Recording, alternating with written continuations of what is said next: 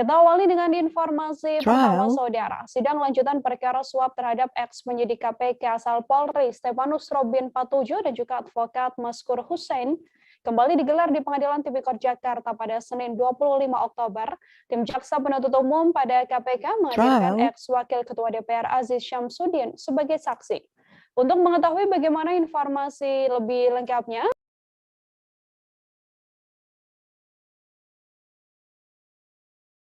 Trial.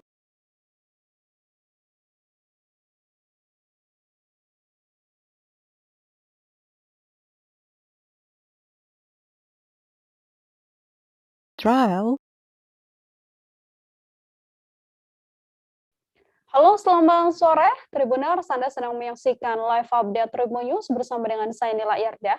Kami seperti biasanya akan menyajikan informasi terkini dari Trial. berbagai daerah yang akan dilaporkan secara langsung oleh reporter kami di lapangan. Bersama dengan saya Nila Yarda, Trial. inilah live update selengkapnya.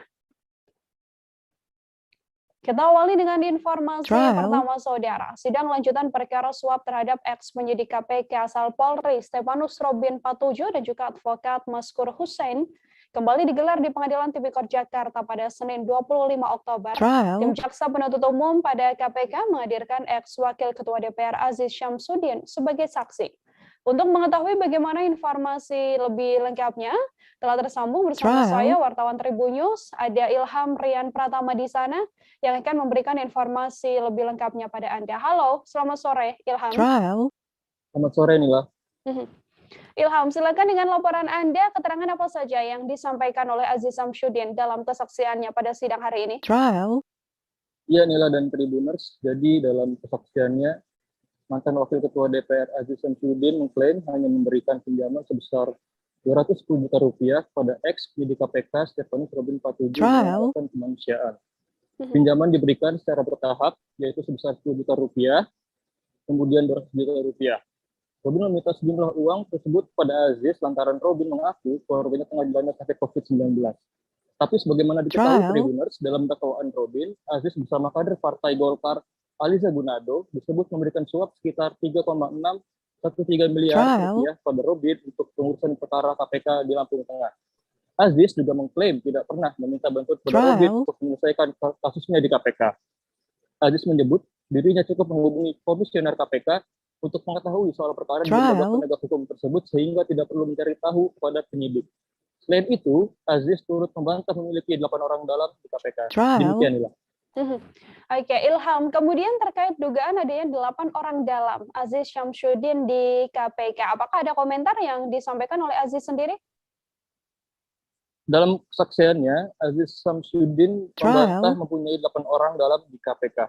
Mulanya, salah satu pengacara Robin mengonfirmasi hal tersebut kepada Aziz. Namun, Aziz menyebut telah menyampaikan bantahan terkait 8 orang dalam Komisi Anti Korupsi pada KPK. Begitu juga. Ada tidak yang kemudian disampaikan Aziz Syamsuddin begitu selesai menjalani persidangan, Ilham? Ya, bila Aziz Syamsuddin menjadi saksi selama kurang lebih hampir 3 jam, ia keluar dari ruang sidang sekitar pukul 13:10 WIB. Begitu tiba di bibir pintu keluar ruang sidang, Aziz Syamsuddin enggan berkomentar apapun kepada awak media yang sudah menunggunya. Demikianlah. Oke, Saudara, untuk mengetahui bagaimana informasi lebih lengkapnya, wartawan kami telah menghimpun wawancara dengan ex-wakil Ketua DPR Aziz Syamsuddin. Berikut liputannya untuk Anda.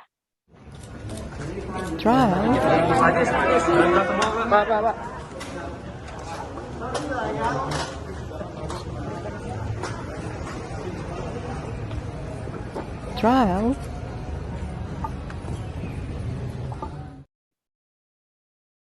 Kita beralih ke informasi selanjutnya, Saudara. Direktorat Tindak Pidana Ekonomi Khusus atau Ditpidaksus Bareskrim Polri menyita uang puluhan miliar dari tangan pimpinan pinjaman online atau pinjol ilegal berinisial MDA yang meneror seorang ibu di Wonogiri hingga mengakhiri hidupnya. Tak hanya itu, penyidik juga menyita sejumlah uang lain dan juga barang bukti berupa sejumlah dokumen. Selain MDA, Bareskrim juga telah menangkap sejumlah tersangka lain. Untuk mengetahui bagaimana informasi lebih detailnya, Saudara, telah tersambung bersama saya wartawan Tribun News. Ada Iqman Ibrahim di sana yang akan memberikan informasinya pada Anda. Halo, selamat sore, Iqman. Iya, Nila. Iqman, bagaimana perkembangan kasus pinjol ilegal yang membuat seorang ibu di Wonogiri ini nekat mengakhiri hidupnya? Ya, memang tadi Direktorat Trial. Tindak Pidana Ekonomi Khusus Baris Krim Polri menyita uang sekitar 20,4 miliar dari pimpinan pinjaman online ilegal berinisial FPK yang teror seorang ibu di Wonogiri hingga akhir hidup. Diketahui memang Trial. MDA ini menjabat sebagai Ketua Koperasi Simpan Pinjam Solusi Andalan Bersama yang mengelola sejumlah pinjol ilegal. Salah satunya mengelola pinjol ilegal yang bernama Fulus Mujur yang teror seorang ibu di Wonogiri hingga akhir hidup. Uang senilai 20,4 miliar itu disita berasal dari rekening Bank Neo Commerce dengan atas nama KSP Solusi Andalan Bersama. Selain itu, penyidik juga menyita uang senilai 11 juta terhadap rekening Bank Neo Commerce atas nama KSP Solusi Andalan Bersama. Tadi juga dijelaskan bahwa penyidik juga menyita sejumlah barang bukti berupa pendirian akta pinjol ilegal hingga sejumlah dokumen begitu nilai. Selain MDA ini, Iqman, siapa lagi kemudian yang ditetapkan juga menjadi tersangka oleh Baris Krim Polri? Ya, memang tadi selain MDA, Baris Krim juga menangkap koleganya yang bertugas sebagai Direktur KSAB berinisial SR. Kemudian Baris Krim juga menangkap pendana pinjol ilegal berinisial GL. Dia merupakan fasilitator pinjol ilegal yang terhadap warga negara asing asal Tiongkok. GS juga diduga mengelola sejumlah aplikasi pinjol ilegal yang beroperasi di Indonesia. Di antaranya aplikasi pinjol ilegal Fulus Mujur yang menyebabkan seorang ibu yang meneror seorang ibu rumah tangga di Wonogiri. Begitu, Nel. Dari penangkapan dan juga penetapan tersangka ini, Iqman, kemudian pasal apa yang disangkakan pada para tersangka? Ya, memang tadi Direktorat Tindak Pidana Ekonomi Khusus Baris Krim Polri menjelaskan bahwa tersangka bakal dijerat pasal berlapis, diantaranya pasal 45, pasal 29, pasal 27, pasal 51, dan atau pasal 35 tentang Undang-Undang ITE. Selain itu juga pasal 3, pasal 4, pasal 5 Undang-Undang Nomor 8 Tahun 2010 tentang tindak pidana pencucian uang. Dan juga dan atau pasal 311 ayat 1 KUHP junto pasal 5 ayat 1 KUHP. Adapun pidana adalah ancaman pidana paling lama 10 tahun dan denda paling banyak 10 miliar begitu. Baik, terima kasih banyak Iqman Ibrahim, wartawan Tribun News atas laporan Anda. Untuk mengetahui informasi lebih lengkapnya, saudara, telah terhimpun wawancara dengan Direktur Pidaksus Baris Krim Polri, Brigjen Helmi Santika. Berikut liputannya untuk Anda. Jajaran Pidaksus berhasil mengamankan barang bukti sejumlah banyak ya berupa dokumen. Ini ada akta pendirian KSP Solusi Andalan Bersama, kemudian dokumen-dokumen pendirian KSP yang lainnya, kemudian perjanjian kerjasama dengan payment gateway. Jadi satu bisa melakukan perjanjian kerjasama dengan beberapa penjual kurang lebih seperti itu. Kemudian handphone, kemudian beberapa kartu ATM, tabungan, kemudian juga kartu NPWP. Kartu NPWP. Dari hasil koordinasi kami dengan teman-teman dari pajak, kartu NPWP itu dibuat rata-rata di bulan Mei 2020. Namun sampai dengan saat ini tidak dilanjutkan dengan memberikan tanda daftar perusahaan dan update informasi yang lain. SPT-nya pun tidak. Jadi pendapat kita bahwa ini digunakan untuk melengkapi prasyarat untuk bisa mendapatkan Maraknya pinjaman online atau pinjol ilegal juga turut menarik perhatian Gubernur Jawa Timur, Hovifah Indar Parawansa, saudara, yang memberikan imbauan pada warga Jawa Timur untuk berhati-hati dalam memilih sumber pendanaan online. Yang menyarankan sebelum memutuskan untuk mengakses pinjaman online, warga Jatim harus memastikan pinjaman online tersebut legal dan juga terdaftar dalam pengawasan OJK. Hanya itu, Gubernur Hovifah juga lebih menyarankan bagi warga Jawa Timur yang membutuhkan akses modal untuk usaha agar mengajukan pinjaman ke bank. Untuk mengetahui informasi lebih lengkapnya, tersambung bersama saya ada Fatimatul Zahro di sana, wartawan Surya yang akan memberikan informasi lengkapnya pada Anda. Halo, Fatim. Ya, selamat sore.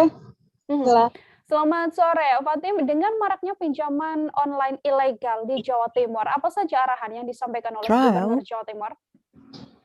Ya, maraknya kasus pinjol ilegal atau pinjaman online ilegal juga ternyata merebak juga di Jawa Timur dan menyebabkan keresahan di masyarakat. Bahkan ada sekitar 3 orang di Provinsi Jawa Timur yang sudah mengakhiri hidup karena tertekan dengan intimidasi dan juga ancaman dari para debt collector pinjol ilegal ini. Bahkan hari ini dari Polda Jawa Timur juga meringkus 3 orang debt collector yang juga melakukan hal serupa. Nah, atas maraknya pinjol ilegal ini, Gubernur Jawa Timur menyarankan warga Jawa Timur agar tidak tergiur dengan mudahnya akses meminjam uang melalui pinjol ilegal. Bahkan Ibu Gubernur juga menyarankan agar masyarakat mencoba untuk mendapatkan akses permodalan jika itu usaha bisa mengakses ke bank-bank yang memang sudah ditunjuk oleh pemerintah. Bahkan di Jawa Timur ini banyak juga bank yang sudah kesusahan untuk mencari nasabah yang disalurkan untuk kredit seperti KUR dan juga PEN. Pasalnya ini juga bunganya cukup ringan, hanya 6%. Namun ternyata warga Jawa Timur masih banyak yang belum menyerap anggaran untuk pinjaman KUR dan juga kredit pemulihan ekonomi nasional yang memang diselenggarakan pemerintah untuk mendongkrak ekonomi di masa pandemi COVID ini. Sehingga alih-alih meminjam kepada pinjol ilegal, masyarakat disarankan untuk mencoba mengajukan ke Bank Himbara ataupun bank-bank pemerintah yang menyediakan pinjaman yang jelas kelegalannya dan tidak menimbulkan keresahan dengan adanya debt collector seperti itu. Terkait KUR dan juga kredit PEN sendiri, Fatim, sejauh ini berapa besar penyalurannya? Ya, untuk tahun ini 2021 untuk Bank Jatim sendiri yang merupakan bank daerah dari pemerintah Provinsi Jawa Timur disediakan sebanyak 2,5 triliun rupiah yang dikhususkan untuk usaha mulai mikro, kecil hingga menengah. Sedangkan untuk KUR di Bank Jatim juga ada sebanyak 2 triliun. Dan angka ini terus meningkat dari tahun ke tahun, apalagi di masa pandemi seperti ini. Gubernur Hovifah juga menjelaskan bahwa sebenarnya pengajuannya ini sudah dimudahkan seperti itu. Bahkan ada pemakluman ya ketika ekonomi sedang melemah, dibebaskan angsuran dan juga kemudahan-kemudahan yang lain yang sebenarnya akan menguntungkan masyarakat untuk mengakses permodalan yang lebih legal dan juga terjamin keamanannya seperti itu. Bisa mungkin dijelaskan untuk lebih detailnya, Fatim, keuntungan lebih apa yang bisa didapatkan oleh warga begitu ya dengan akses pembiayaan KUR atau juga PEN sesuai dengan apa yang dijelaskan oleh Ibu Gubernur? Yang pertama untuk bunganya. Kalau bunganya ini untuk di Bank Jatim dan juga untuk PEN maupun KUR bunganya adalah 6%. Nilai ini tentunya jauh lebih rendah dibandingkan akses pinjaman di lembaga-lembaga lain, apalagi untuk usaha. Hal ini akan memudahkan atau meringankan para pengaju pinjaman karena 6% ini berlaku 1 tahun bunganya seperti itu. Nah, kemudian juga kemudahan akses. Pasalnya dari bank-bank selain Bank Jatim dan juga Bank Himbara saat ini sudah melakukan sosialisasi di banyak daerah di Jawa Timur yang memberikan stimulan-stimulan khusus, tidak hanya memberikan pinjaman, tapi juga ada pendampingan seperti pelatihan bagi UMKM yang mendapatkan atau mengajukan pinjaman untuk KUR maupun PEN ini. Seperti itu, Nila. Baik, terima kasih banyak wartawan Surya, Fatimatul Zahro atas laporan Anda. Wartawan kami tadi juga telah menghimpun wawancara saudara dengan Gubernur Jawa Timur, Hovifah Indar Parawansa. Berikut laporannya untuk Anda. Sehingga sentra-sentra dari pinjol ilegal itu relatif sudah mulai banyak tersisir, termasuk debt kolektornya. Tapi di luar itu, sesungguhnya pemerintah ini kan menyiapkan banpres PUM itu banyak sekali. Trial. Kemudian KUR kita juga interestnya sangat rendah sekali. Di luar KUR ada pinjaman-pinjaman PEN yang juga interestnya rendah sekali. Jadi tolong dipastikan bahwa ketika ada kebutuhan pembiayaan, pastikan bahwa itu dilakukan dengan verifikasi yang dimungkinkan dia bertanya kepada siapa sehingga legal. Jadi bukan persoalan pinjolnya, yang bermasalah adalah ketika ilegal.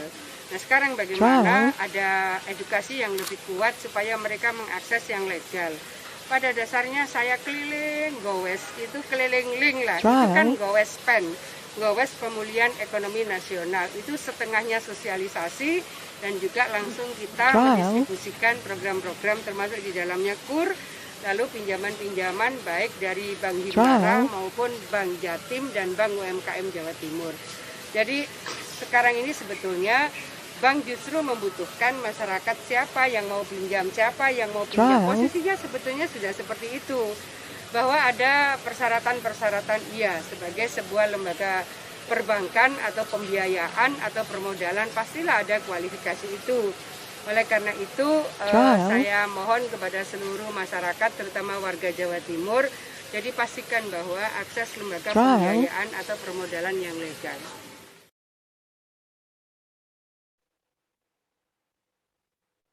Kita beralih ke informasi selanjutnya, Saudara.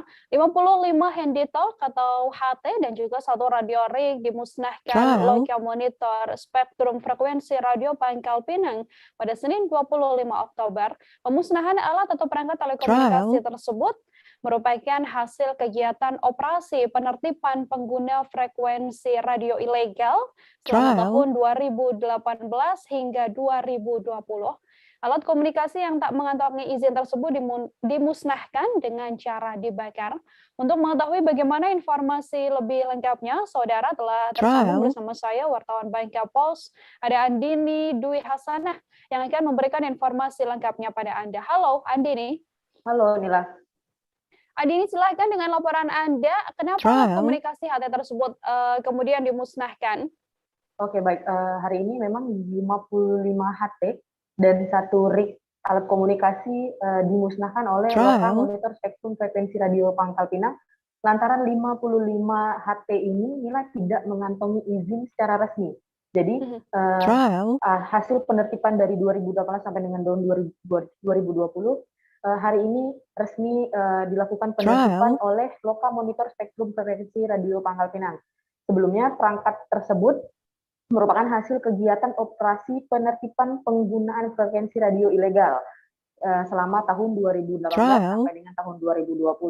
Sebelumnya untuk melakukan penertiban kemarin pihak Loka Monitor Spektrum Frekuensi Radio Kota Pangkal Pinang masih terhambat oleh COVID-19. Jadi pada tahun 2021 tepatnya hari ini baru bisa dilaksanakan pemusnahan. Yang dimana pemusnahannya itu dilakukan dengan pembakaran. Sebelum pembakaran juga dilakukan pemukulan atau dihancurkan terlebih dahulu baru dilakukan pembakaran. Demikian Nila. Sebelumnya operasi penertiban ini dilakukan di mana saja, Andini? Oke, untuk operasi penertiban ini sebenarnya dilakukan untuk seluruh masyarakat Bangka Belitung. Jadi untuk 55 ini dimusnahkan karena 55-nya tidak mengantongi izin secara resmi atau ilegal, Nila. Setelah adanya penertiban tersebut, kemudian upaya apa lagi yang nantinya akan dilakukan oleh pihak terkait, Andini? Oke, sebelumnya tambahan Nila bahwa jika frekuensi ilegal ini atau 55 HT ini terus beraktif atau terus digunakan, dikhawatirkan akan mengganggu aktivitas navigasi penerbangan karena HT ini melakukan komunikasinya atau frekuensinya itu tidak pada frekuensi yang normal, mereka di atas rata-rata. Jadi dikhawatirkan jika 55 HT dan 1 rig ini terus digunakan akan mengganggu aktivitas navigasi penerbangan. Untuk selanjutnya setelah ini pihak dari Loka Monitor Spektrum Frekuensi Radio Pangkal Pinang juga akan terus melakukan pengawasan di seluruh tempat, baik itu perusahaan atau penggunaan HT secara pribadi. Baik, terima kasih banyak Andini Dwi Hasanah, wartawan Bangka Pos atas laporan Anda. Selamat bertugas kembali, Andini. Kita lanjutkan ke informasi lain, saudara. Pembuang mayat bayi di Kompleks Telkommas Kecamatan Biringkanaya, Kota Makassar berhasil ditangkap kepolisian. Ada setidaknya 4 orang pelaku yang ditangkap dalam kasus ini. Wakasat Reskrim Polrestabes Makassar AKP Jofri Natsir mengatakan keempatnya ditangkap di Kabupaten Pinrang. Penangkapan dilakukan tim Jatanras Polrestabes Makassar yang di-backup oleh Resmo Polda Sulsel. Untuk mengetahui bagaimana informasi selengkapnya, ada Muslimin Emba, wartawan Tribun Timur di sana yang akan memberikan informasi lengkapnya pada Anda. Halo Emba. Ya, inilah.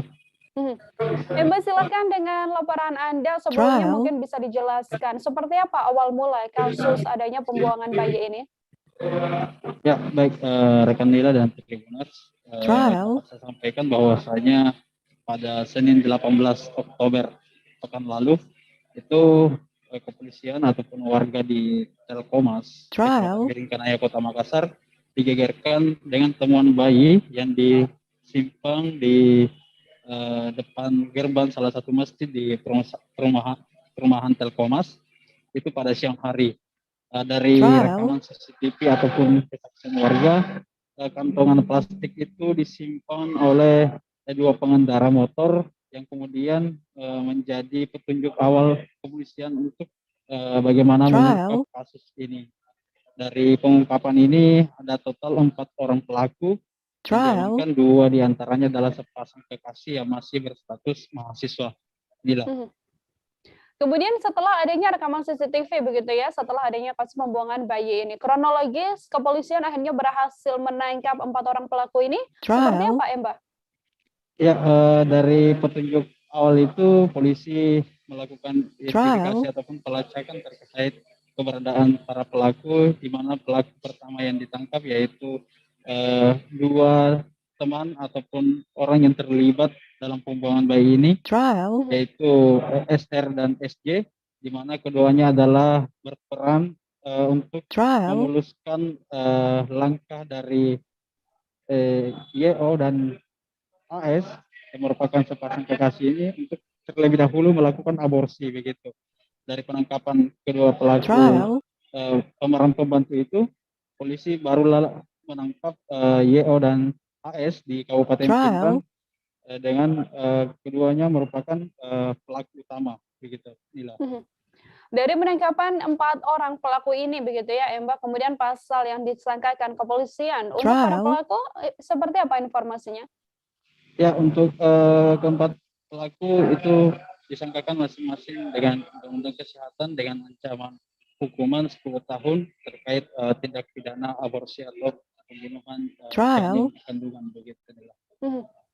Baik, terima kasih banyak Mbak atas laporan Anda. Untuk mengetahui informasi lebih lengkapnya, saudara, telah terhimpun wawancara dengan Wakasat Reskrim Polrestabes Makassar AKP Jofri Natsir. Berikut liputannya untuk Anda.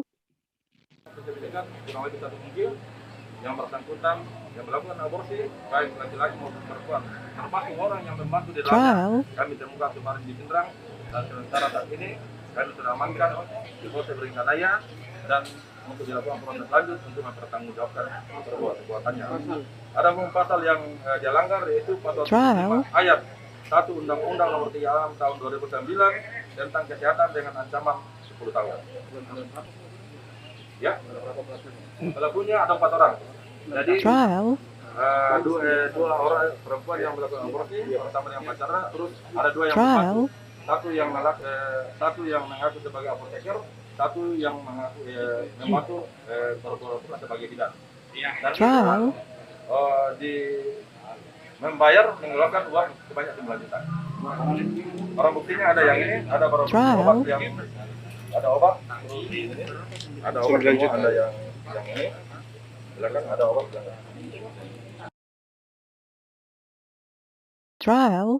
Kami masih akan kembali seusai jeda dengan beragam informasi lain, saudara tetap di live update.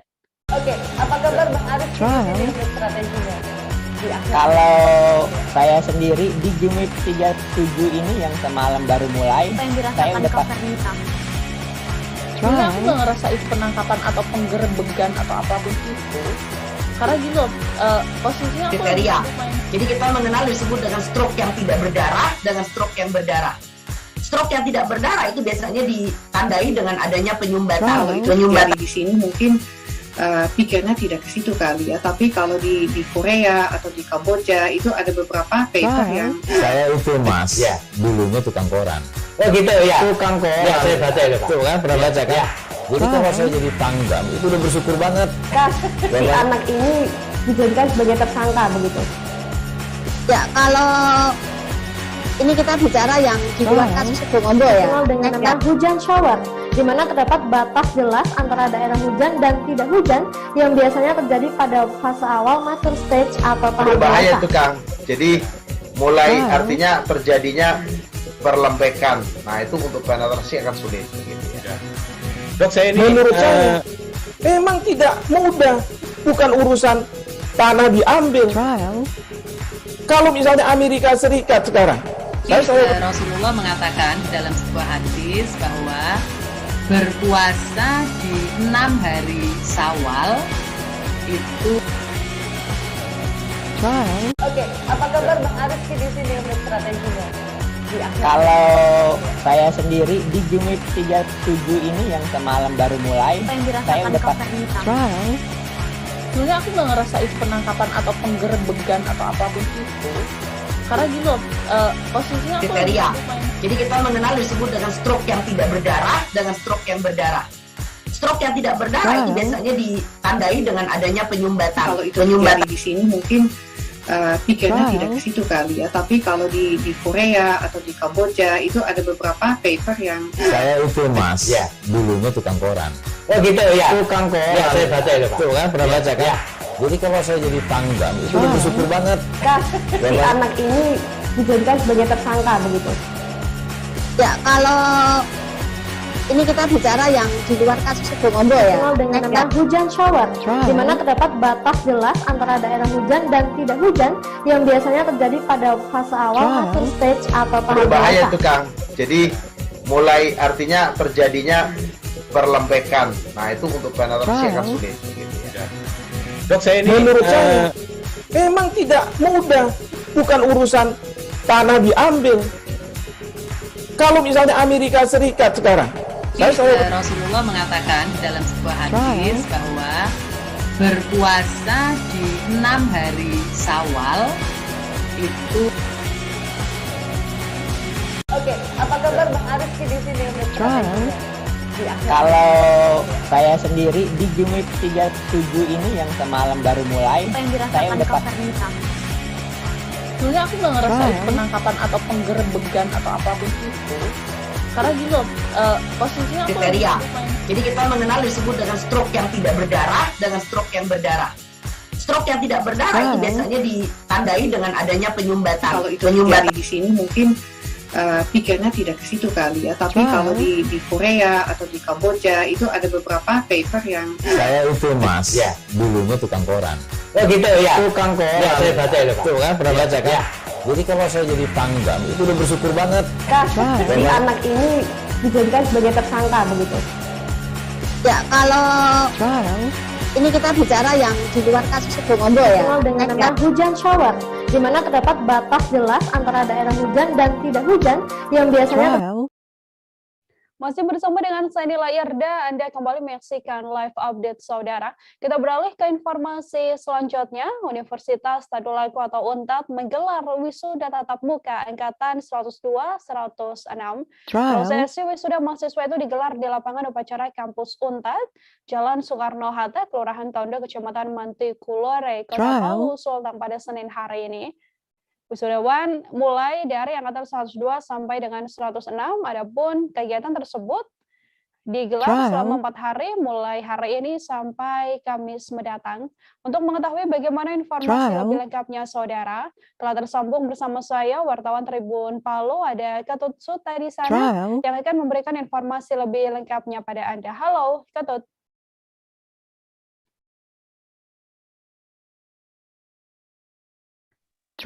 Ya, halo, Mufti. Ketut, bagaimana antusias wisudawan maupun pendamping dalam mengikuti wisuda tatap muka di hari pertama ini? Silakan dengan laporan Anda.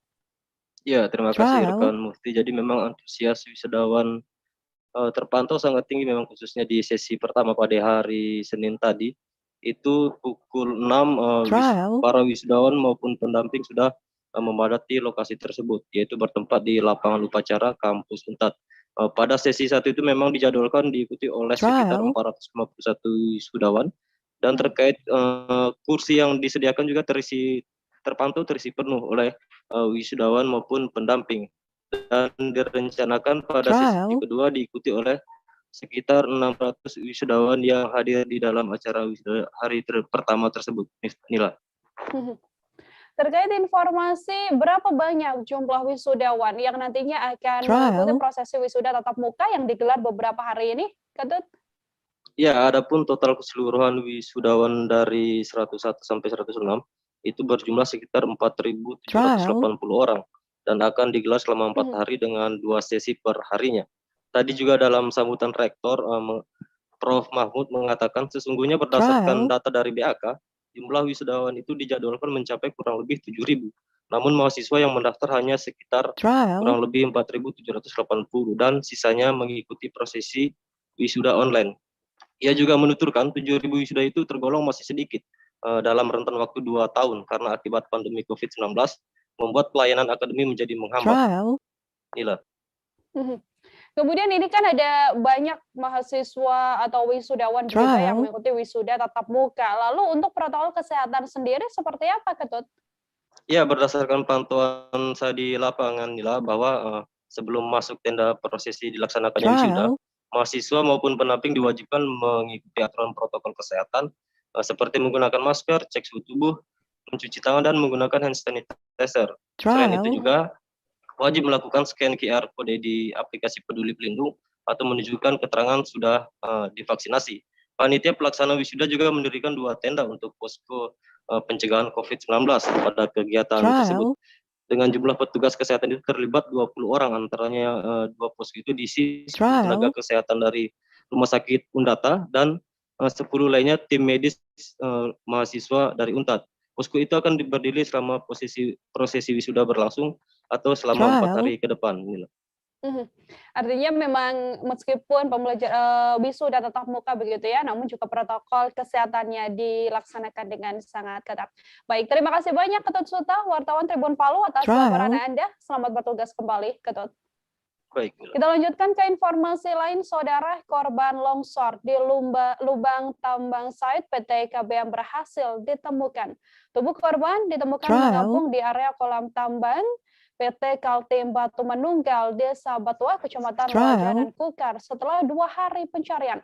Sebelumnya korban bersama 1 rekannya tertimbun material longsor saat menaiki mobil jenis Fortuner pada Minggu 24 Oktober dini hari sekitar pukul 2 waktu setempat.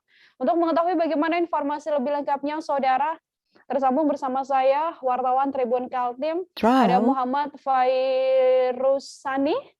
Wartawan Tribun Kaltim Muhammad Fairusani yang akan memberikan informasi lengkapnya pada Anda. Halo, Fairu. Ya. Sore, Kanila. Selamat sore, Fairu. Silakan dengan laporan Anda. Bagaimana kronologis adanya 2 orang yang tertimbun longsor dan tenggelam di lubang galian tambang ini? Baik, selamat sore, Tribuners. Selamat sore, Kanila. Jadi saya melaporkan kejadian adanya korban kecelakaan bencana longsor di area tambang site PT KBM, yakni tepatnya di Desa Batua, Kabupaten Kutai Kartanegara, terjadi pada Minggu dini hari kemarin sekitar pukul 02.00 kita. Kejadian longsor tersebut dikatakan bahwa sangat tiba-tiba dan menghilangkan 2 orang pekerja di area tambang tersebut, dan keduanya timbun material longsor bersama 1 unit kendaraan jenis Fortuner yang dikendarai oleh kedua orang tersebut. Nah, untuk update sendiri saat ini sudah ditemukan kedua orang tersebut dan sudah dievakuasi oleh tim Basarnas Kalimantan Timur. Begitu rekan Nila. Untuk langkah kepolisian sendiri, virus terkait adanya 2 orang yang tewas di lubang galian tambang PT KBM Kukar ini seperti apa selanjutnya? Untuk selanjutnya, 2 orang tersebut yang sudah ditemukan, yakni korban pertama Sugiarto dan korban kedua Paiman sudah dievakuasi, dan keduanya kini sudah dievakuasi ke rumah sakit terdekat di RSCA Muis yang tak jauh lokasinya dari Kabupaten Kutai Kartanegara, tepatnya di Kota Samarinda. Nah, untuk kelanjutan dari kedua orang ini, kepolisian juga tengah menyelidiki apakah ada terkait kecelakaan di PT KBM tersebut. Begitulah. Baik, kemudian sedikit mungkin bisa dijelaskan, virus sudahkah berhasil diketahui oleh pihak kepolisian apa sebenarnya tujuan begitu ya 2 korban ini melintas di sekitar lokasi tambang begitu? Ya. Jadi kepolisian yang menangani yakni kepolisian dari Polsek Lojanan Kutai Kartanegara juga sempat tadi ada dihubungi oleh kami rekan awak media dan termasuk reporter Tribun Kaltim saya sendiri dan Kapolsek itu Alsaruddin Adam juga menjelaskan pagi tadi bahwa timnya masih bekerja dan mungkin jawaban untuk apakah terkait murni ada laka kerja atau misalnya murni karena bencana longsor nanti akan dikabarkan kembali kepada awak media. Begitu rekan Nila. Baik, terima kasih banyak Virus atas laporan Anda. Untuk mengetahui informasi lebih lengkapnya, Saudara telah terhimpun wawancara dengan Kepala Kantor Pencarian dan Pertolongan Kelas A Balikpapan, Melkianus Kota. Berikut liputannya untuk Anda. Selamat pagi. Hari ini Senin 25 Oktober 2021, kami melaporkan tentang perkembangan operasi SAR bencana tanah longsor di tambang PT Kaltim Batu Manunggal, Batuan Kukar. Tadi pada pukul 07.00 kami terima informasi dari rekan-rekan di lapangan melaporkan bahwa korban atas nama Paiman telah ditemukan dalam keadaan meninggal dunia pada pukul 06.15, dan sementara ini korban sudah dievakuasi ke Rumah Sakit Muis Samarinda untuk dilakukan otopsi. Itu kaitan dengan pelaksanaan kegiatan operasi SAR di saat ini. Kami nyatakan selesai dan kami usulkan untuk ditutup. Kepada unsur SAR yang terlibat, kami mewakili pimpinan terima kasih atas dukungan dan kerjasamanya dalam pelaksanaan kegiatan operasi SAR ini. Terima kasih dan kami kembalikan seluruh unsur SAR ke kesatuan masing-masing, dilanjutkan dengan kesiapsiagaan. Demikian, terima kasih, selamat pagi. Sementara itu, saudara wisatawan dan warga sekitar Pantai Padansari, Kelurahan Gading Sari, Kapanewon Sandan, Bantul, dihebohkan dengan penemuan bangkai penyu pada Senin 25 Oktober. Penyu tersebut memiliki panjang kiabarat 80 cm dan juga lebar 64 cm dengan bobot kurang lebih 30 kg. Sekretaris SAR Satlantas Wilayah 4 Kabupaten Bantul, Nugroho saat dihubungi mengatakan bahwa penyu jenis lekang ini ditemukan sudah dalam kondisi membusuk dan bagian kepalanya sudah menghilang. Untuk mengetahui bagaimana informasi selengkapnya, saudara, telah tersambung bersama saya ada Ari, wartawan Tribun Jogja, yang akan memberikan informasi lebih lengkapnya pada Anda. Halo Ari, selamat sore. Selamat sore, Rekanila. Ari, untuk kronologis awal penemuan bangkai penyu tersebut, silahkan dengan laporan Anda. Baik, dari laporan dari Nugroho selaku Sekretaris SAR Satlantas Wilayah 4 Kabupaten Bantul, pada pagi tadi ditemukan bangkai penyu lekang di sekitar Pantai Pandansari di Kabupaten Bantul. Penyu itu ditemukan oleh wisatawan yang saat itu sedang berjalan-jalan. Dan sebagai informasi di sekitar lokasi ditemukannya bangkai tersebut memang ada penangkaran penyu lekang dan penyu hijau atau green sea turtle, tepatnya di Pantai Gua Cemara. Pada saat berhasil ditemukan begitu ya, bagaimana kondisi dari penyu ini, Ari? Baik, saat ditemukan keadaan atau tubuh penyu lekang itu sudah dalam keadaan membusuk dan diperkirakan sudah mati lebih dari 3 hari yang lalu dengan panjang karapas 80 cm, lebar 64 cm dengan bobot sekitar 30 kg dan saat ditemukan penyu itu sudah tanpa kepala begitu. Kemudian setelah adanya penemuan bangkai penyu ini, Ari, apa langkah lanjutan yang dilakukan oleh tim SAR terhadap bangkai penyu tersebut? Baik, karena penyu tersebut sudah lebih dari 3 hari, diduga lebih dari 3 hari mati di situ, maka sangat menimbulkan bau yang menyengat, dan oleh karena itu pihak SAR langsung menguburkan penyu itu di sekitar lokasi penemuan agar tidak menimbulkan bau menyengat ke depannya gitu. Baik, terima kasih banyak Ari, wartawan Tribun Jogja atas laporan Anda. Selamat bertugas kembali, Ari. Kita beralih ke informasi selanjutnya. Saudara, 2 orang dilaporkan terseret arus di pantai Kelingking Beach di Desa Bunga Mekar, Nusa Penida pada Minggu sore, sekitar pukul 17 waktu setempat. Warga yang terseret arus tersebut adalah Nur Aisyah Sari dan juga pemandu wisatanya Putu Swasta. Kapolsek Nusa Penida AKP Igede Sukadana mengatakan, korban dievakuasi oleh Basarnas sudah dalam keadaan meninggal dunia. Untuk mengetahui bagaimana informasi lebih lengkapnya, saudara telah tersambung wartawan Tribun Bali, ada Eka Mita Suputra yang akan memberikan informasi lebih lengkapnya pada Anda. Halo, Eka.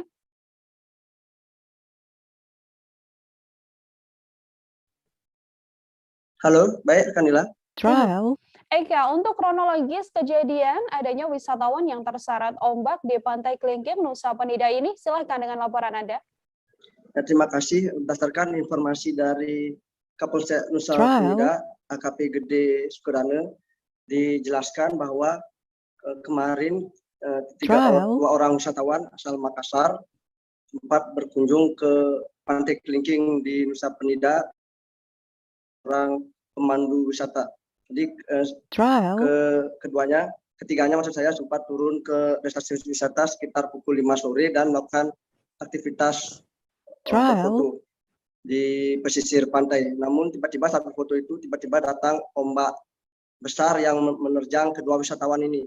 Sang pemandu wisata yang berusaha menyelamatkan keduanya juga ikut pertamanya membantu menyelamatkan salah seorang wisatawan. Namun setelah itu kembali datang ombak besar dan pemandu wisata pun ikut hanyut terbawa ombak. Untuk salah satu wisatawan bernama Nur Aisyah ditemukan tidak bernyawa kemarin malam. Demikian. Pada saat proses evakuasi terhadap korban, bagaimana jalan proses evakuasi tersebut, Eka? Jadi proses evakuasi sendiri berlangsung cukup susah selain karena tingginya gelombang juga terhalang oleh medan. Untuk diketahui TKP sendiri berada di bawah tebing dengan ketinggian sekitar 300 meter. Untuk jenazah dari Nur Aisyah Sari berhasil dievakuasi kemarin dari pukul 8 malam WITA sampai dengan pukul 12:30 dini hari. Demikian. Saat ini berdasarkan update yang Anda dapatkan terkait korban yang masih hilang terkait insiden ini, bagaimana informasi terkininya? Ya, baru saja saya menerima informasi jika pemandu wisata yang sempat hilang baru ditemukan sekitar 30 menit yang lalu. Jenazah pemandu wisata atas nama Swasta ini juga ditemukan dalam keadaan tidak bernyawa. Korban ditemukan tidak jauh dari lokasi hilangnya, yakni masih di sekitar perairan Pantai Kelingking Nusa Penida. Untuk saat ini jenazah sudah dievakuasi menuju ke Rumah Sakit Gemah Santi Nusa Penida dan rencananya akan dimakamkan oleh pihak keluarga.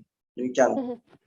Oke, terima kasih banyak Eka Mita, wartawan Tribun Bali atas laporan Anda terkait wisatawan yang terseret ombak di Pantai Kelingking. Untuk mengetahui informasi lebih lengkapnya, saudara, telah terhimpun wawancara dengan Kepala Pelaksana BPBD Kelungkung, Putu Widiada. Berikut liputannya untuk Anda. Karena gelombang nggak terlalu besar, informasi begitu ditemukan mayat langsung di-cut, kalau nggak di-cut mungkin terseret arus juga seperti itu, karena gelombang terlalu besar. ya bisa diselamatkan lah meskipun sudah meninggal dunia. Kondisi cuaca saat ini masih memungkinkan untuk melakukan pencarian korban yang belum ditemukan. Ya tadi informasi tim masih istirahat, mungkin masih tetap akan dilaksanakan pencarian. Mungkin gelombangnya sudah tidak begitu besar lagi sehingga tim melaksanakan pencarian lagi. Oke, Pak. Kemarin itu si yang hilang ini pemandu wisata ini sempat berusaha menolong si korban, Pak. Kok bisa kedua nih hilang, Pak? Nah, informasi dari masyarakat begitu dia jatuh, informasinya guide-nya ini ikut membantu katanya. Tapi yang jelas kejadian secara pasti kita tidak tahu di lapangan karena informasi laporan dari staf kita di Balai Wisata Nusa Penida seperti itu. Pak, bisa digambarkan sedikit Pak TKP tempat kejadian ini Pak, seperti gimana nih Pak? Kan informasinya ini kan lokasinya di bawah tebing seperti itu. Kalau kita bilang remsinda sih gitu ya, yang jelas itu memang agak menantang lah tempat pariwisata itu dan bagus untuk selfie seperti itu. Cuman ya imbauan kita ya tetap lo hati-hati karena kadang-kadang gelombang yang tidak bersahabat. Beragam informasi lain masih akan kami hadirkan untuk Anda selesai jeda, saudara tetap di live update. Oke, apa kabar Bang Arief di sini untuk strateginya? Kalau saya sendiri di Jumip 37 ini yang semalam baru mulai, saya udah sebenarnya aku nggak ngerasa itu penangkapan atau penggerebegan atau apapun itu, karena gini loh, posisinya kriteria. Jadi kita mengenal disebut dengan stroke yang tidak berdarah dengan stroke yang berdarah. Stroke yang tidak berdarah itu biasanya ditandai dengan adanya penyumbatan. Kalau itu terjadi di sini mungkin pikirnya tidak ke situ kali ya, tapi kalau di Korea atau di Kamboja itu ada beberapa paper yang saya itu Mas, ya dulunya tukang koran. Oh gitu ya, tukang koran. Ya saya baca ya Pak. Tuh kan pernah baca kan? Ya. Jadi kalau saya jadi pangdam itu udah bersyukur banget. Si anak ini dijadikan sebagai tersangka begitu.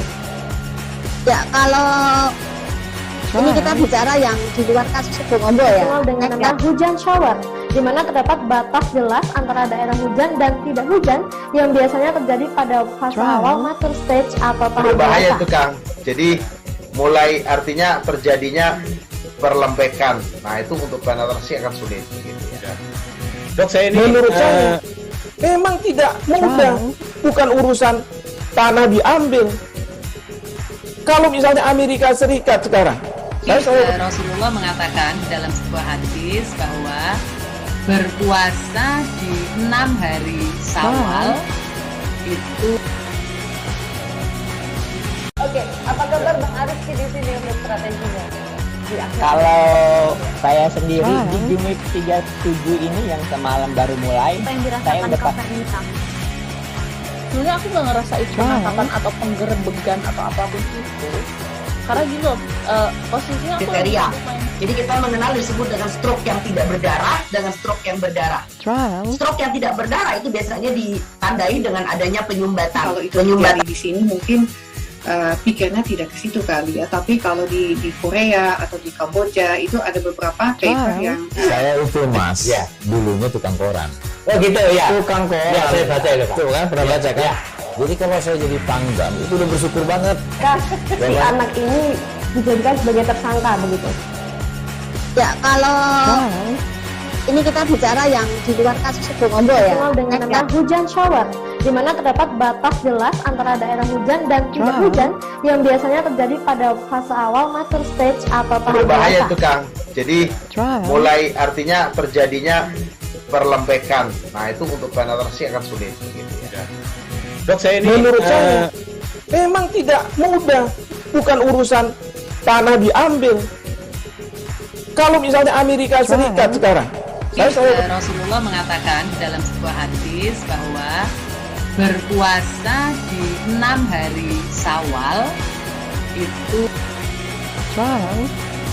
Oke, apa kabar Bang Arief di sini untuk strateginya? Kalau saya sendiri di Jumip 37 ini yang semalam baru mulai, saya udah sebenarnya aku nggak ngerasa itu penangkapan atau penggerebegan atau apapun itu, karena gini loh, posisinya kriteria. Jadi kita mengenal disebut dengan stroke yang tidak berdarah dengan stroke yang berdarah. Stroke yang tidak berdarah itu biasanya ditandai dengan adanya penyumbatan. Kalau itu terjadi di sini mungkin pikirnya tidak ke situ kali ya. Tapi kalau di Korea atau di Kamboja itu ada beberapa paper yang saya itu mas, ya dulunya tukang koran. Oh gitu ya. Tukang koran. Ya saya baca ya Pak. Tuh kan pernah baca kan? Ya. Jadi kalau saya jadi pangdam itu udah bersyukur banget. Si anak ini dijadikan sebagai tersangka begitu. Ya kalau ini kita bicara yang di luar kasus Situbondo ya. Dengan nama hujan shower, di mana terdapat batas jelas antara daerah hujan dan tidak hujan yang biasanya terjadi pada fase awal mature stage atau tahap berbahaya dewasa. tuh Kang. Jadi mulai artinya terjadinya perlembekan. Nah itu untuk penetrasi akan sulit begitu ya. Dok, saya ini menurut saya memang tidak mudah, bukan urusan tanah diambil. Kalau misalnya Amerika Serikat sekarang, Rasulullah. Anda masih menyaksikan live update bersama dengan saya, Nila Irda, saudara. Kita ke informasi selanjutnya, sebuah kejadian unik menghebohkan warga Padang, Sumatera Barat. Cukup unik lantaran pohon pisang berbuah di dalam batangnya di Kampung Tengah, Kelurahan Kuranji, Kecamatan Kuranji, Kota Padang, Provinsi Sumatera Barat pada Minggu 24 Oktober. Pohon pisang ini berbeda dari pohon lainnya, saudara, karena buahnya berada di dalam batangnya sendiri. Untuk mengetahui bagaimana keunikan pohon pisang ini, tersambung bersama saya, Rezi Azwar, wartawan Tribun Padang, yang akan memberikan informasi lebih lengkapnya pada Anda. Halo, Rezi. Iya, Nila. Rezi, silahkan bisa diceritakan terkait di mana pisang hamil ini ya, bisa saya katakan, dan bagaimana awal mulanya diketahui? Iya, ini lokasinya di Kampung Tengah, Kelurahan Kuranji, Kecamatan Kuranji, Kota Padang, Sumatera Barat, di mana terdapat satu pisang unik ya, di mana buahnya itu terdapat di dalam batangnya sendiri gitu, berbeda dari pisang lainnya. Gitu. Ini diketahui oleh pemiliknya sendiri pada Sabtu kemarin, tepatnya tanggal pada Sabtu kemarin. Saat itu pemiliknya sedang di mana pohon ini tumbuh di belakang rumahnya. Di saat itu dia pergi ke belakang hendak melihat pisang, namun melihat pisang ini batangnya itu membengkak atau seperti layaknya orang hamil. Lalu dikelupaskan dan terlihatlah buahnya yang ada di dalam batang tersebut. Gitu Nila. Berdasarkan pantauan Anda, Rezi, setelah adanya pisang hamil ini ya, bisa dikatakan ya, apakah memang kemudian pohon pisang tersebut menjadi tontonan oleh warga atau seperti apa? Iya, karena baru sehari atau berapa ya saat saya datang berkunjung ke sana, hanya warga sekitar baru yang melihat karena informasinya baru terdengar oleh warga sekitar di kawasan Kampung Tengah ini. Di mana di setiap masyarakat yang lewat singgah sebentar untuk melihatnya secara langsung. Namun bagi anak-anak sekitar lokasi tersebut dijadikan sebagai tontonan di mana mereka melihatnya beramai-ramai dan sambil bermain karena langka atau baru pertama mereka melihatnya begitu. Gila. Berdasarkan pengakuan dari pemilik pohon pisang ini, Rezi, didapat dari mana pisang ini? Kemudian sudah berapa lama ditanamnya? Iya, untuk berdasarkan wawancara kami ya dengan pemilik pohon pisang ini, di mana pohon ini didapatkan dari kerabatnya yang dipanggil dengan panggilan uaknya begitu inilah. Dan dibawalah pulang dan ditanam di belakang rumah dan tumbuh. Di mana pohon pisang ini ditanam sekitar 4 atau 3 bulan yang lalu. Namun pisang yang baru saja ditanam tidak kunjung berbuah gitu.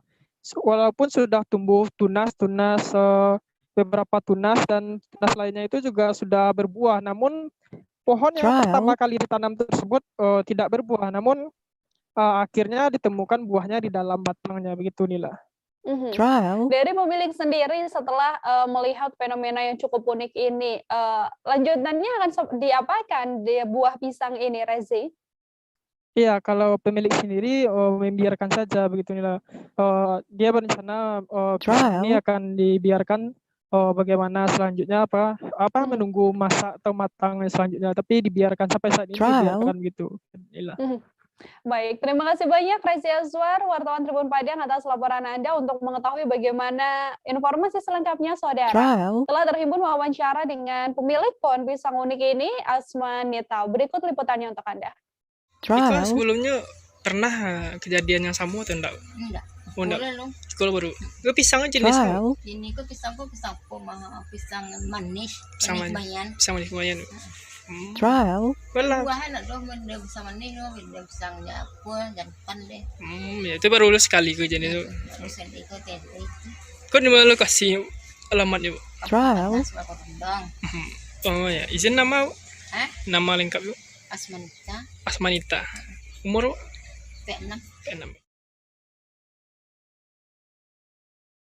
Kita beralih ke informasi selanjutnya, Saudara. Pihak keluarga tidak menyangka saat melihat kondisi jenazah Gilang, mahasiswa UNS Solo yang meninggal dunia seusai mengikuti acara diklat di kampus. Sebelumnya Gilang diketahui mengikuti acara diklat di kampus yang mana kegiatan tersebut digelar selama 2 minggu lamanya. Paman korban mengatakan bahwa Gilang mengikuti diklat Menwa sejak Jumat pekan lalu. Selama mengikuti kegiatan tersebut, Gilang tidak menginap di dalam kampus. Untuk mengetahui bagaimana informasi selengkapnya, Saudara tersambung bersama saya, wartawan Tribun Jateng, ada Agus Iswadi yang akan memberikan informasi lebih lengkapnya pada Anda. Halo, Agus, selamat sore. Selamat sore, Nila. Agus, bagaimana awal mula keluarga mendapatkan kabar terkait meninggal dunianya mahasiswa bernama Gilang ini? Baik, dari informasi yang dihimpun dari tribunjateng.com, pihak keluarga mendapat kabar terkait meninggalnya Gilang Endi Saputra, usia 21 tahun, Fakultas Sekolah Advokasi semester 3 UNS Solo pada pukul 2 Senin dini hari tadi.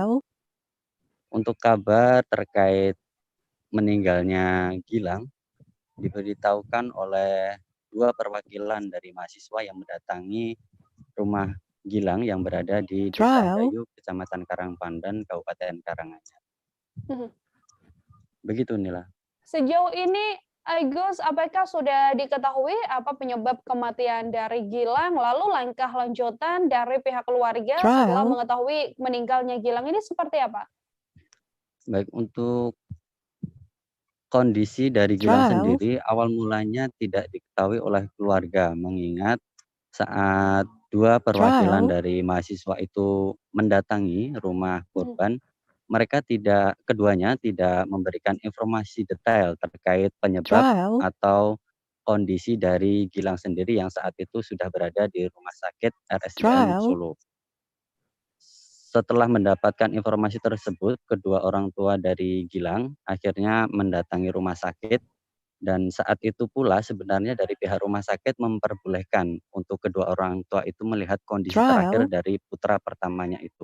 Akan tetapi karena merasa tidak tega, akhirnya pihak keluarga meminta supaya jenazah langsung dibawa ke rumah duka. Akan tetapi ketika sampainya di rumah duka pada Senin pukul sekitar 6 pagi tadi, pihak keluarga lainnya kemudian membuka kain penutup jenazah, dan saat itulah keluarga mendapati kondisi dari Gilang sendiri, mendapati luka, ada beberapa luka di wajahnya seperti di bagian mata dan juga ada bercak darah yang sudah kering. Setelah mendapat informasi tersebut, pihak keluarga akhirnya musyawarah hingga kemudian melaporkan kejadian tersebut ke Polsek Karangpandan untuk kemudian berkoordinasi dengan Satreskrim Polres Karanganyar, hingga kemudian berkoordinasi kembali dengan Polsek Jebres yang merupakan wilayah terjadinya atau digelarnya diklat dari Menwa tersebut. Begitu, Nila.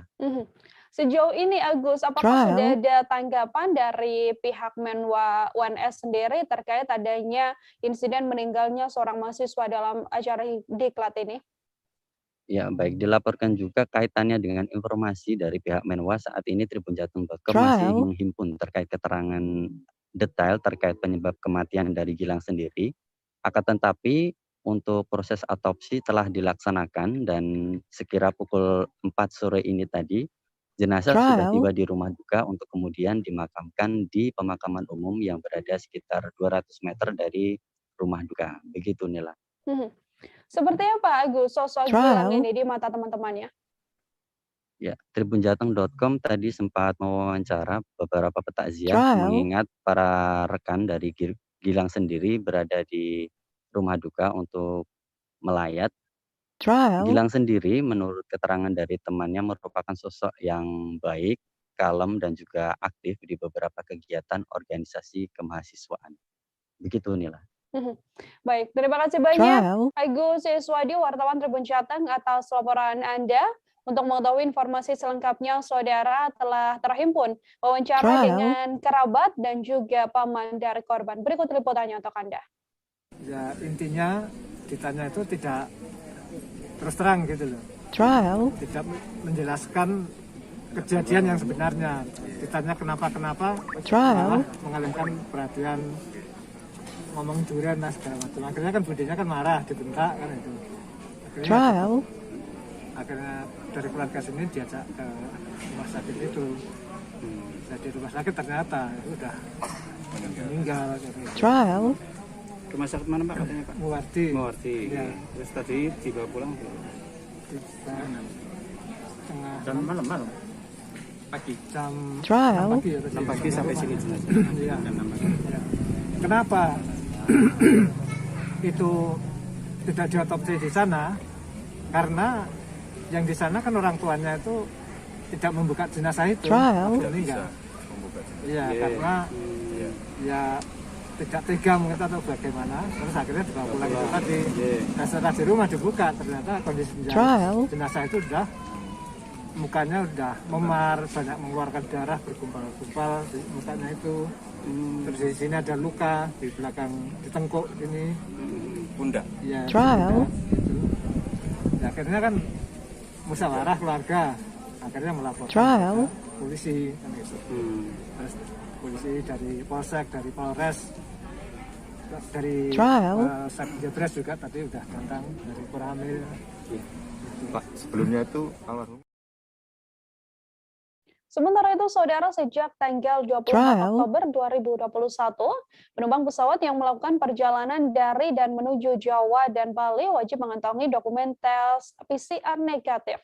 Berdasarkan pantauan di Bandar Sultan Mahmud Badarudin II Palembang, suasana juga lumayan ramai dan berjalan dengan tertib. Para penumpang yang datang disambut oleh petugas bandara untuk mengisi data-data yang diperlukan di Peduli Lindungi. Setelah itu menyerahkan juga para penumpang dokumen yang dibutuhkan baru bisa masuk untuk check-in. Untuk mengetahui bagaimana informasi selengkapnya, saudara telah tersambung bersama saya, wartawan Tribun Sumsel. Ada Linda Trisnawati di sana yang akan memberikan informasi lebih lengkapnya pada Anda. Halo, Linda.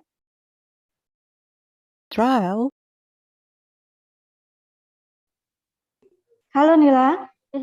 Linda, silakan dengan laporan Anda bisa dijelaskan bagaimana situasi dan juga kondisi di Bandara SMB 2 Palembang sejak diberlakukannya wajib PCR untuk Pulau Jawa dan juga Bali. Oke, nah berdasarkan pantauan saya hari ini di Bandara Sultan Mahmud Badarudin II Palembang, suasananya terpantau lumayan ramai, baik itu dari keberangkatan maupun kedatangan. Namun meskipun begitu tetap menerapkan protokol kesehatan.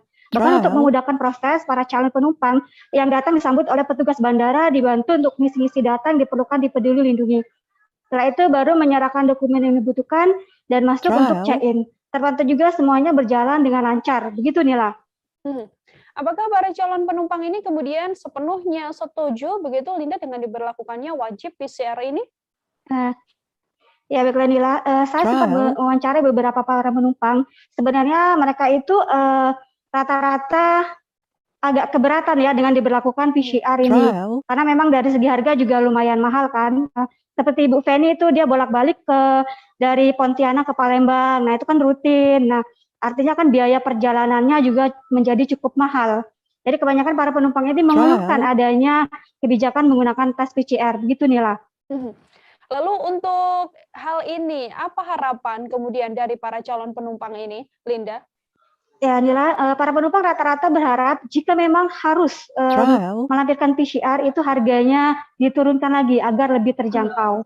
Dan mereka juga berharap untuk perjalanan naik pesawat ini dipermudah, jangan terlalu diperbanyak persyaratan atau dipersulit. Begitu, Nila. Baik, terima kasih banyak Linda atas laporan Anda. Linda tadi juga telah menghimpun wawancara saudara dengan sejumlah penumpang. Berikut liputannya untuk Anda. Jadi ini PCR di rumah sakit atau di mana? Rumah sakit. Harapannya kepada pemerintah Pak, melihat PCR kan masih mahal gitu.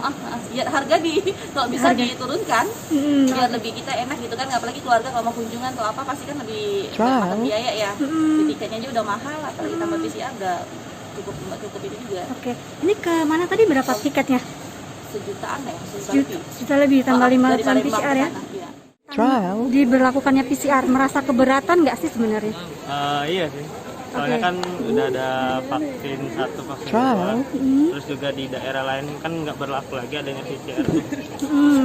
Ya merasa keberatan aja.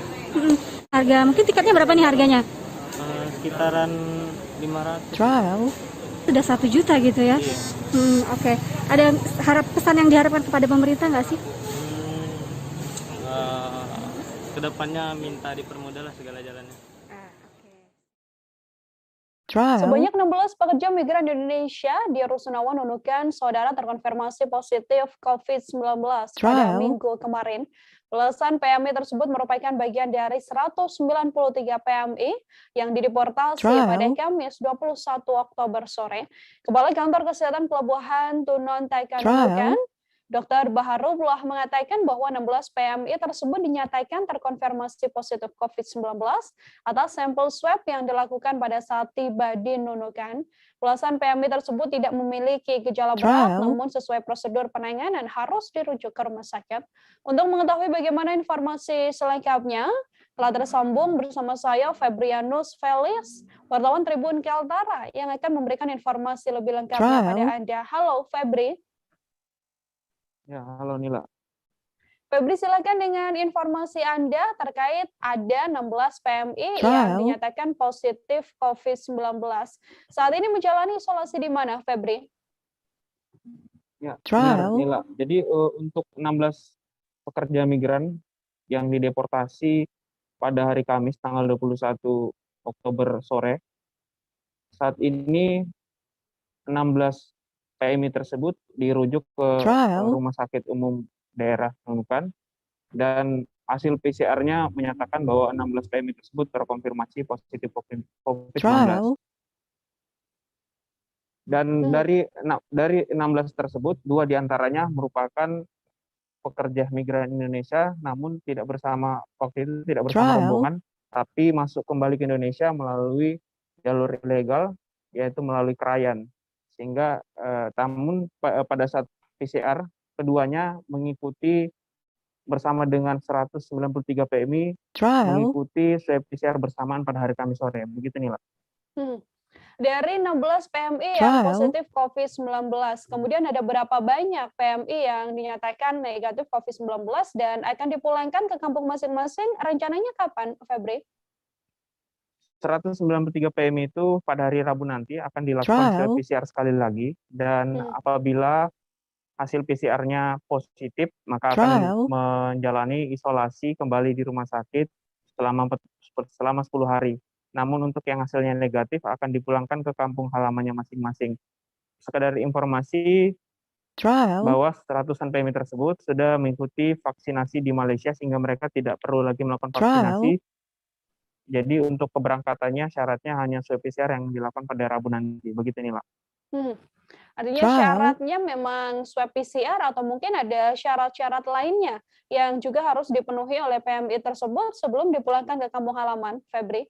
Jadi sebelum dipulangkan ke kampung halaman, berdasarkan pemulangan sebelum-sebelumnya itu harus divaksinasi. Namun 193 PMI ini memang sudah menjalani vaksinasi waktu sebelum dipulangkan ke Indonesia, sehingga hanya swab PCR hari Rabu nanti hasilnya apa hasilnya itu yang akan dipulangkan begitu hasilnya negatif. Begitu Nila. Baik, terima kasih banyak Febrianus Felix, wartawan Tribun Kaltara atas laporan Anda. Selamat bertugas kembali, Febri. Kita lanjutkan ke informasi lain. Saudara, jumlah anggaran untuk menangani bencana di Kabupaten Malang tidak bertambah. Bupati Malang sendiri Muhammad Sanusi menerangkan jumlah anggaran sebanyak 5 miliar lebih dari cukup untuk mengantisipasi adanya bencana alam di Kabupaten Malang. Anggaran tersebut masuk dalam dana belanja tidak terduga atau BTT.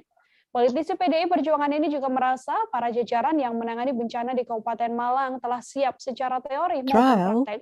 Untuk mengetahui bagaimana informasi selengkapnya, tersambung bersama saya wartawan Surya Malang ada Erwin Wicaksono yang akan memberikan informasi lebih lengkapnya pada Anda. Halo Erwin, selamat sore. Halo, selamat sore rekan Nila. Erwin, untuk jumlah anggaran penanggulangan bencana di Kabupaten Malang ini, silakan dengan laporan Anda. Berapa banyak jumlahnya? Ya, baik, terima kasih. Ya, bisa saya jelaskan untuk jumlah dana untuk penanganan bencana alam maupun bencana lain di Kabupaten Malang terdapat dua jenis ya, yakni dana belanja tidak terduga dan dana yang dimiliki oleh BPBD Kabupaten Malang. Untuk dana dari belanja tidak terduga sendiri, Pemkab Malang menganggarkan dana sebanyak 5 miliar ya. Sedangkan untuk dana operasional di BPBD Kabupaten Malang dalam menangani bencana untuk tahun depan dan tahun ini berjumlah 1 miliar seperti itu. Dan dana tersebut masih dirasa cukup karena ada beberapa hal yang masih dianggap lumrah dan bisa dipakai untuk menanggulangi bencana di Kabupaten Malang. Seperti itu, rekan Nila. Kemudian untuk kerawanan bencana alam di Kabupaten Malang sendiri, seperti apa informasinya, Erwin? Oh iya. Ya, perlu saya sampaikan juga Kabupaten Malang sendiri memang memiliki wilayah yang cukup luas ya. Ini tersebar di 33 kecamatan dengan kontur wilayah yang bervariasi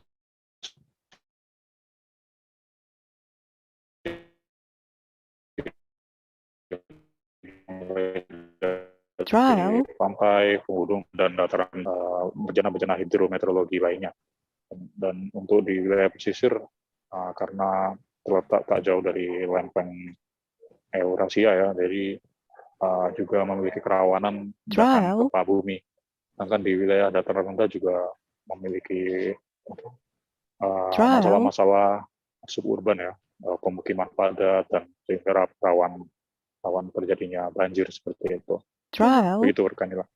Oke, kemudian ini kan anggarannya dikatakan oleh Bupati tadi tidak akan bertambah begitu ya. Adakah memang alasan khusus dari pihak pemerintah sendiri mengapa anggaran ini tidak bertambah? Ya, baik. Ya, pemerintah Kabupaten Malang melalui Bupati Malang menilai bahwasanya masih cukup karena melihat dari sarana prasarana untuk menanggulangi bencana dan untuk operasional lainnya masih cukup dengan jumlah anggaran tersebut. Dan Pemkab juga memperhatikan dari sisi jumlah petugas ya yang masih dirasa belum adanya penambahan. Dan untuk itu meski wilayah yang cukup luas dengan kontur wilayah juga bervariasi dan bencananya juga bermacam-macam, namun hal tersebut tidak membuat anggaran dari penanggulangan bencana di Kabupaten Malang sendiri meningkat, sehingga pemerintah Kabupaten Malang memutuskan untuk tidak menambah dana penanggulangan bencana tersebut. Begitu rekan. Baik, terima kasih banyak Erwin Wicaksono, wartawan Surya Malang atas laporan Anda. Untuk mengetahui informasi lebih lengkapnya, saudara, wartawan kami menghimpun wawancara dengan Bupati Malang Sanusi dan juga Kepala BPBD Kabupaten Malang Bambang Istiawan. Berikut liputannya untuk Anda. Kita sudah siap semua, baik peralatan, tenaga maupun tenaga medis, damkar, juga dapur umum, dan kita siapin semua. Jika terjadi bencana, ini secara sinergi akan bergerak sinergitas TNI, Polri, dan Kabupaten Malang beserta seluruh jajaran yang ada di Kabupaten Malang. Wilayah mana menjadi atensi Pak nanti? Ya, yang menjadi atensi daerah pesisir hubungannya dengan tsunami maupun dengan gempa, daerah Ujung Ngantang Kasimbon itu hubungannya dengan tanah longsor. Ya, kalau di Sumber Manjing itu biasanya banjir. Dalam 1 tahun itu kan pasti ada musim kemarau dan musim penghujan. Jadi pengaruh cuaca itu kita memang perlu persiapan. Paling tidak dalam konteks ini kita mengecek kesiapan daripada potensi yang ada di masing-masing UPD maupun yang terkait, TNI, Polri. Dinas sosial itu bagaimana peralatannya di BPBD, bagaimana peralatannya di BNI dan lain sebagainya. Sehingga dengan kesiapan yang ada, bagaimana yang sudah apabila ada terjadi sesuatu akan lebih mudah digunakan. Anggarannya tetap 1M apa 5M itu? Berapa? Kita kan ada kalau 1M yang di BPBD, terus 5M yang di mana di kabupaten atau di kas sana kan bisa digunakan. Dan kalau yang masih lebih besar lagi ya kita mesti akan ada pusat berkaitan dengan penganggaran pasti akan diteruskan lagi. Informasi tadi sekaligus menutup perjumpaan kita dalam live update kali ini, saudara. Jangan lupa untuk terus menyaksikan live update selanjutnya di seluruh kanal YouTube dan juga Facebook Tribun Network. Masih di tengah pandemi, kami kembali mengingatkan Anda untuk selalu menerapkan protokol kesehatan dimanapun Anda berada. Saya Nila Irda, beserta kerabat kerja yang bertugas pamit undur diri. Terima kasih dan sampai jumpa. Jangan lupa like, subscribe, dan share ya. Trial.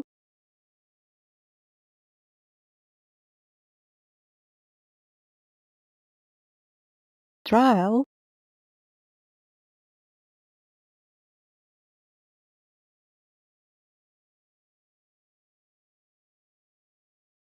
Trial.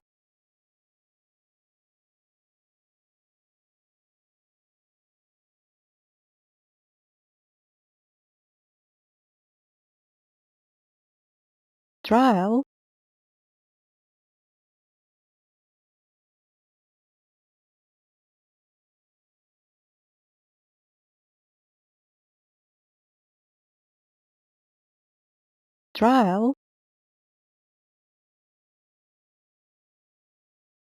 Trial.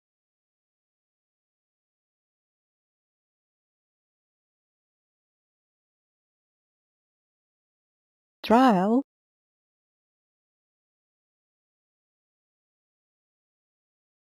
Trial.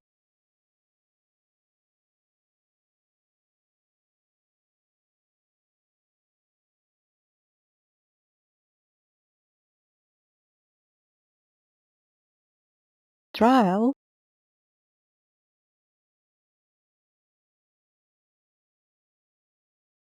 Trial.